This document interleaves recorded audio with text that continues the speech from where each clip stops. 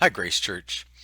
I recently went to I would call it like an epic event at our church, and it was such an inspiring event that it portrayed, I think, a kind of a great picture, a beautiful picture of what it's going to be like to be gathered together in heaven someday, worshiping together. And I want to tell you a little bit about that event. I know you've been hearing this lately, and I think we've all been feeling it, but our church has been through an awful lot lately. James has said that from the pulpit, and we've all been feeling it. But attending this epic event was so encouraging to my heart, and I know it was encouraging to the hearts of other people who were there. I just needed to share it with you. Last Saturday, over 60 men and boys of all ages showed up for a time of breakfast, fellowship, singing, prayer, and then a message from Pastor James. It's called Fight Club, and you may remember from a number of years ago. These Fight Club breakfasts, they're going to be held monthly, I believe, and we had our first one just last Saturday. It was refreshing and revitalizing to sit with other men and just eat bacon and eggs and talk and fellowship together. And Pastor James, he's re-preaching his Man Card series, if you remember that from a few years ago, and it was very challenging as well, and just a very encouraging time. Really, when we needed, at least I felt like we needed it. Seeing these men, at Fight Club, this breakfast, gave me great hope. And as we hopefully exit this season of trial that our church has been going through, and seeing the men of grace committed to doing the hard work of leading their families and leading in their church was such an inspiring picture. The men who formed Fight Club at Grace have been anchoring around this particular verse, and it's they often recite it. It's out of Nehemiah chapter 4, it's verse 14. Excuse me. And just to give, I'm going to read it, and then just to give kind of the proper setting here, the background, Nehemiah at the time, Nehemiah was leading the effort to rebuild the walls of Jerusalem after they'd been destroyed after being conquered.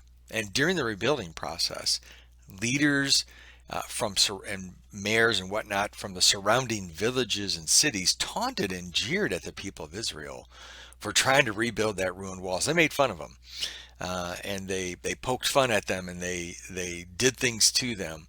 And the people of Israel, as you can imagine, were anxious, they're tired, they're discouraged while they're trying to rebuild this wall.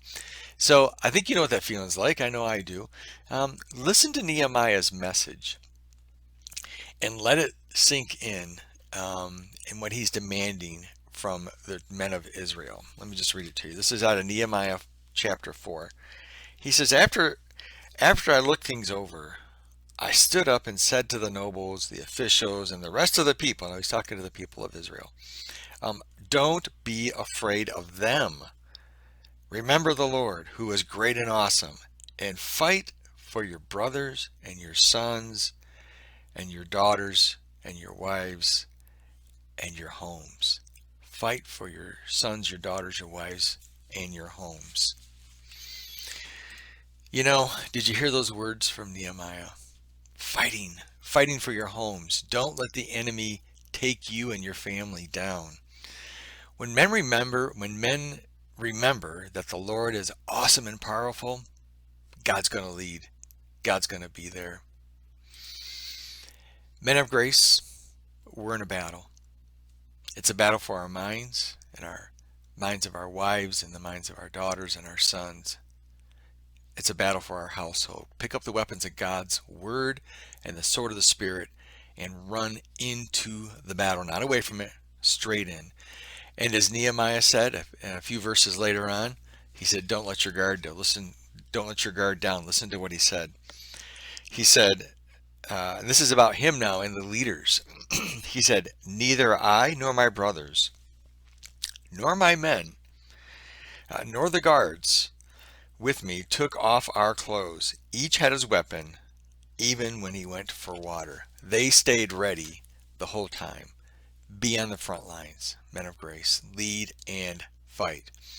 Now, as I close, I just want to extend a thank you to the half dozen or so of men who responded to God's call on their heart to revitalize, reform Fight Club, a grassroots effort. These men felt moved by God to get together. They really didn't even have an agenda, as I understand it, when they first got together, other than to listen and share what God was telling each of them, what God was laying on their heart.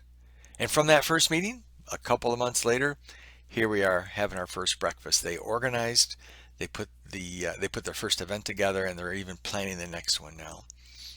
Men of Grace, the men who've formed this, you have so inspired us at Grace at a time when we so desperately needed some encouraging and some push. So thank you to all of you for being obedient to God's call in your life. Okay, that's it for now. Remember, God is still on his throne. He's always been there and he's always going to be there. We'll see you in church on Sunday.